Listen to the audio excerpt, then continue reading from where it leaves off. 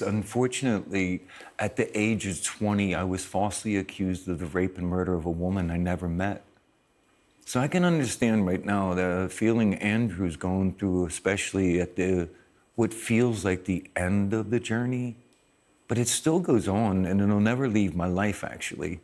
So I've tried to do this mitigating thing of trading upon the efforts of helping people not harm themselves or do suicidal thoughts. And using my own example, they can really identify what it must take to hold on. How did you do that? I mean, you knew you were innocent. Presumably those around you in the prison service assume that everybody who says they're innocent is guilty. How did you keep yourself sane? I wasn't allowed to protest my innocence like most people because I was on death row surrounded by killers. If they thought I was weak, they would have preyed upon me even worse. So I wasn't one of those men who was allowed to go around and say, hey, I'm innocent, because I was dealing with the trauma of having to be in the worst level. They made me fight other men for the amusement of the guards. They tortured me openly. I spent all 22 years in solitary confinement.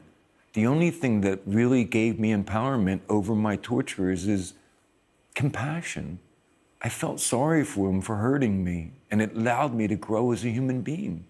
The day that the DNA evidence came back to prove me innocent in 2003 was the start of a long process for me to get free. It took another 8 months. They were afraid of me.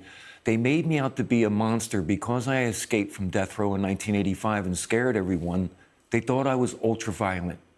They couldn't believe that after they had tortured me so long, I couldn't be kind to them, that I couldn't let go of my anger. They were terrified of me. But how different do you think your life would have been? You know, you've taken something really positive from this horrific experience, which is so admirable. But you must look back and think, this is what my life might have been on a different path. Is there resentment about that? No, because all my childhood friends and both of my brothers are dead.